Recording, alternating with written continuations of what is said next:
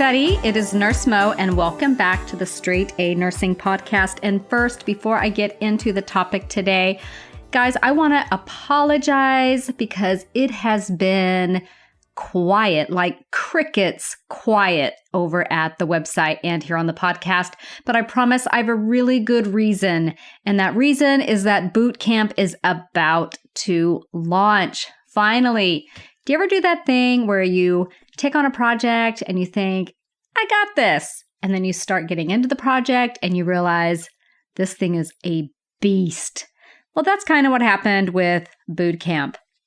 So I've been getting days off work whenever I can. We've had low census lately, so I've been able to finagle a day off here and there. I have been busting my buns to get this boot camp thing done for you guys, and it has taken over my entire life. I'm not even kidding, but I'm so excited about it. It is so fantastic. So the dosage calculations one is going live, probably live by the time this podcast comes out. So I will link to that in the show notes, and then the rest of it, hopefully, cross fingers, in the next couple 2-3 weeks.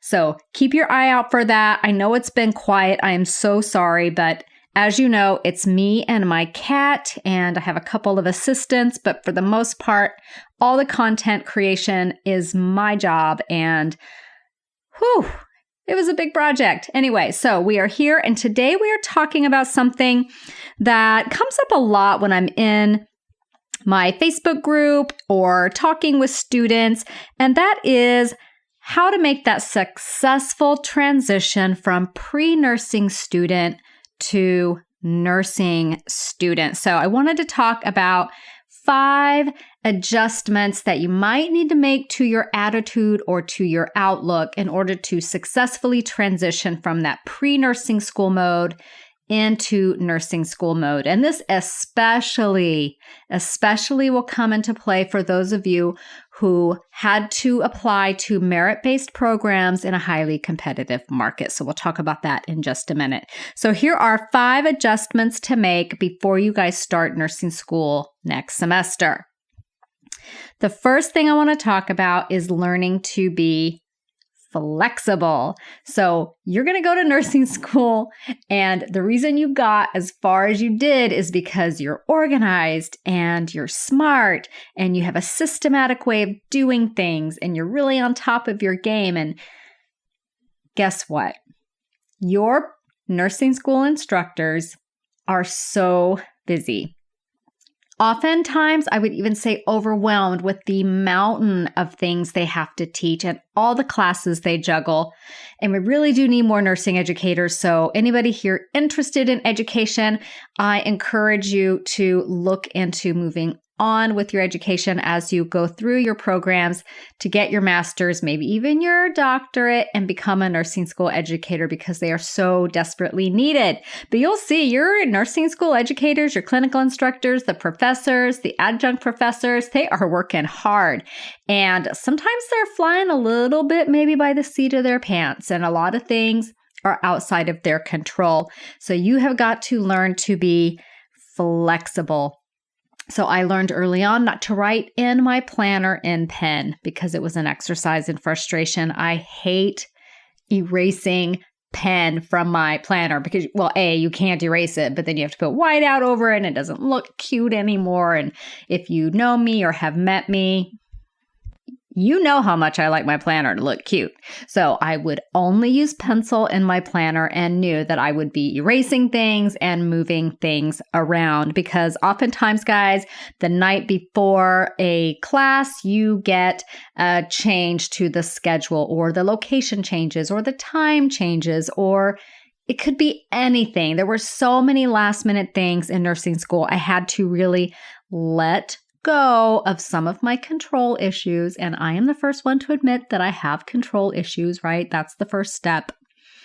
I know I have control issues. That's why I work in critical care and not the emergency room. Anyway, learning to be flexible can really help. Just save your peace of mind. You're going to learn to go with the flow in nursing school. And guess what? It is fantastic practice for when you're working as a nurse because I can say I would make a plan, and I still make a plan every day, but it's more of a loose plan these days. But when I was brand new, and especially when I was a student, you guys should have seen the plans that I made. They're laughable. I mean, I look back at myself and kind of laugh at myself, but I would go to clinical, I'm not even kidding, with a plan scheduled out to 5 or 10 minute increments for the entire block of time that we were there. Why I spent time the night before doing that, I don't know. I was a little bit of a freak in nursing school, apparently. But I immediately would get there and I'd be off plan and I would try really hard to get back on my plan. And guess what? Patients especially, are not plan followers. Things are going to come up and you have to react in the moment. And that's really what nursing is. So learn to be flexible. It is fantastic practice, I promise. The second thing that I want to tell you would make a great adjustment for your happiness in nursing school is to embrace early to bed, early to rise. Now, maybe you got through your pre-reqs by staying up really late the night before an exam and then rolling into microbiology to take your final. Maybe that worked for your pre-reqs, but it is not going to work for nursing school, partially because the schedule is absolutely relentless. It's not like you're going to get another day to sleep in to make up for the lack of sleep you had last night. It's not happening. You are going to be working your tail off from the moment you get up in the morning, pretty much for most of the day until you call it quits in the evening. And I'm hoping that you guys can get to bed by 10 o'clock every night like I did, because that was a lifesaver for me. Early to bed, get up early, and get at it. Especially with clinicals, you guys, I had never by habit gotten up at 4 a.m. before, but we had to be at clinical so early. I was getting up at 4 a.m. for clinical days, and I couldn't do that if I was staying up till 11 or 12 or 1 o'clock at night. So learn how to be an early bird and learn how to go to bed at a decent time. And a lot of that has to do with time management, how you prioritize things, how you schedule out the projects that you need to do, all of that sort of stuff that I talk about in my book and all over my website. The number 3 thing that I think could help you make a successful transition from pre-nursing to nursing is to check that competitive attitude and leave it at home, or just kick it to the curb entirely. So this is when I was talking to those of you who had to apply to merit-based programs in highly competitive markets. I am talking to you right now, especially. So when I was in nursing, or pre-nursing rather, in a very impacted market, the nursing schools were highly impacted. The job market incredibly impacted. So I had a very competitive mindset from the start.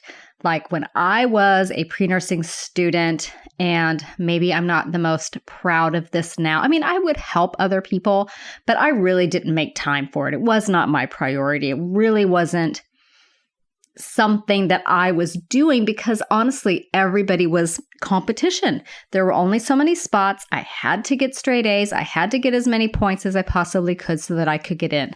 I was not 20 some years old. I was kind of an older student and I didn't feel like I had even one semester to waste. So extremely competitive mindset where I just was looking out for my grades myself. I mean, I studied with people and helped my friends in A&P and whatnot. We all helped each other. But for the most part, pretty competitive environment as a general consensus in the market where I live.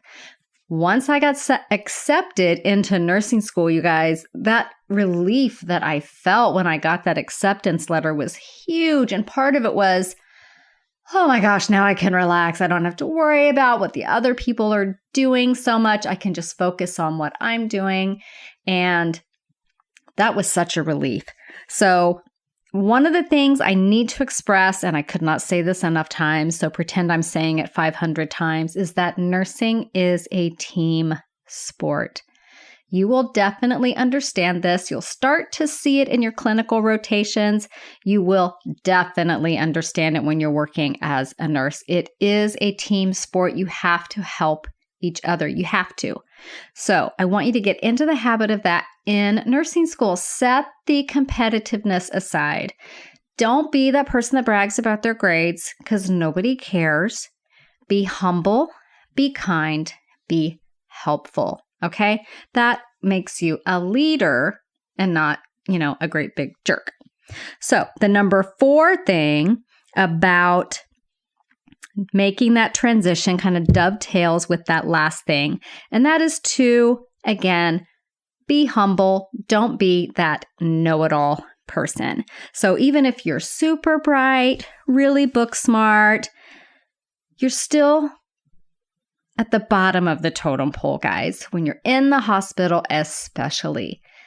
Whatever learning experiences are presented to you as a student, I want you to embrace them no matter what they are, no matter if you've done them 10 times. So I was precepting one day. I somehow got 2 students. It was kind of magical. I love working with students. So I was in the ICU and I had a couple of students. One was assigned to my one patient, and then another student was assigned to my other patient. So I had 2 people to precept that day, and I had a great time, but there was a big difference between the 2 students that I was working with. One student was jumping at every opportunity to do anything, no matter what it was, and the other student, not so much. So maybe it was a little bit later in the day, I don't even remember, but somebody who knew that I had 2 students and was looking for learning opportunities for them came by to where we were all talking at the nurse's station and asked if anybody, either one of them, would like to set up her kangaroo pump for her as hands-on practice. And I get it. Setting up a kangaroo pump is not that big of a deal. If you've done it once, you know how to do it. That doesn't matter. The point is, you could learn something from every interaction, every opportunity, even every patient's room that you walk into, the things that you see and hear, you can learn something from that. So my star student for the day jumped up, "Oh yeah, I'll do it. Happy to help." The other student sat down and said, "I'm not missing anything." And I thought, oh, girl, you're missing a lot. So I just want to express, even if you're super smart, super bright, you still really don't know anything. And when you act like a know-it-all, that really comes across, I will say, in a negative way. And I really didn't have a really strong opinion of that person afterwards. So even small mundane tasks can provide you with a learning opportunity. So let's move on to number 5, adjustment that you need to make to your attitude if you want to be a successful and amazing nursing student, and that is learn to accept criticism with grace. So I was a star student in my prerequisites. I was used to getting really excellent feedback from my instructors on my exams, on my projects, all of it. Well, I get to nursing school and guess what? I don't know a darn thing. And I accepted that and I was humble about it and whatever. But I'm in clinical and I'm trying so hard to do a good job. And my professor, who was this really scary ex-military nurse, and you may have seen me, I write about her in my book and I talk about her sometimes on my blog and I love her to pieces, but she scared the pants off all of us when we were first semester. And she would, no bones about it. She would just straight up tell you what you did wrong. And I always said, thank you.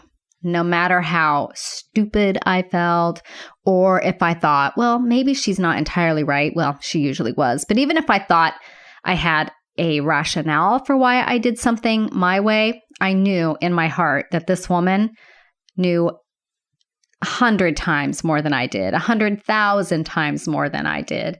And I thanked her for her criticism and what she taught me.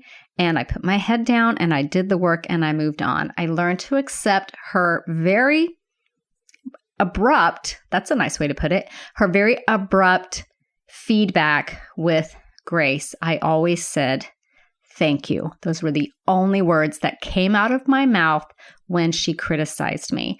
None of this, well, yeah, but, stop. If you hear yourself saying, well, yeah, but, you're saying the wrong thing.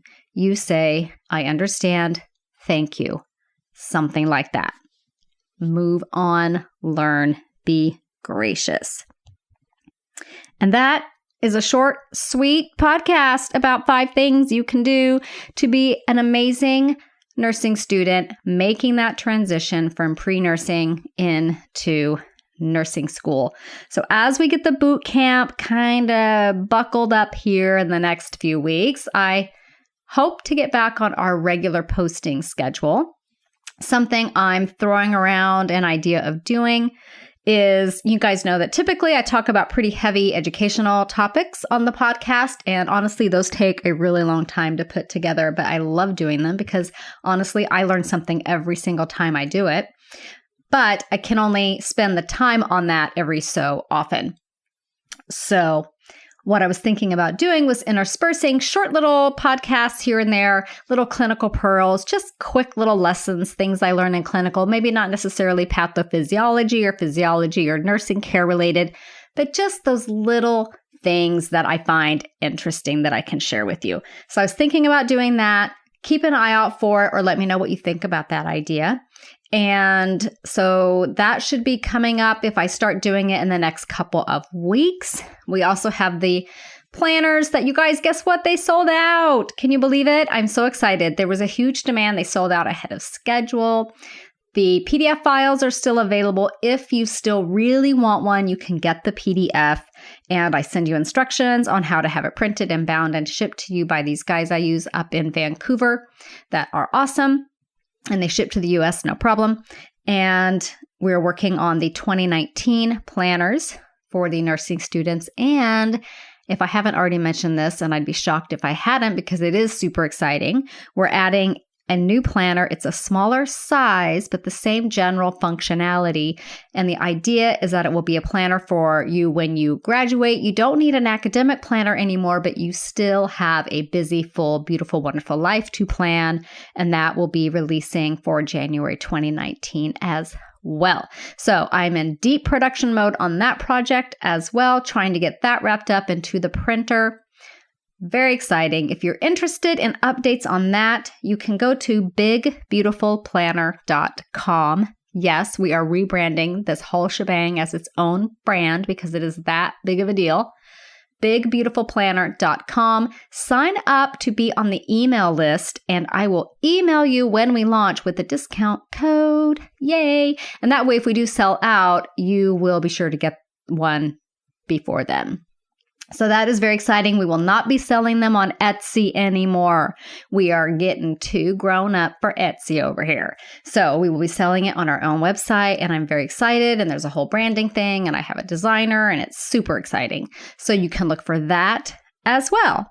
And then the other thing I wanted to mention, and then I'll let you go, is that if you're transitioning, or maybe you're not transitioning, you're in nursing school, you feel maybe overwhelmed, you feel maybe isolated, or maybe you don't have friends or close relatives that are nurses or going through nursing school, and you have no one to connect with, I have a Facebook group. So there is a Facebook page, Straight A Nursing Student, which is where I put up the blog posts and, hey guys, the podcast is out and all that kind of stuff. But there's a much more intimate, personal style Facebook group called Happy, I can't even talk, I'm so excited about it, Happy Healthy Nursing Students. And the whole focus of this group is to just support each other, study smart, manage our time well, so that we can do those things that keep us happy and healthy while we're in nursing school. So the reason I started the group and the reason I named it that is because the whole reason I started the website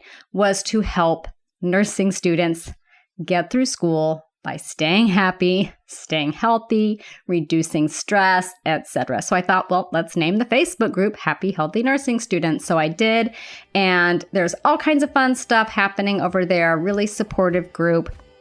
I invite you to come join that group and check it out. So again, my apologies for the radio silence, but we've been super busy. I promise I'm not slacking. I'm doing the work. And check back soon on the website. We'll have a blog post up as well. Things will ramp back up into regular high gear, I promise. So thank you for being patient with me. And I hope you're as excited about all the fun things to come on Straight A Nursing as I am. Okay, take care, guys, and we'll chat soon.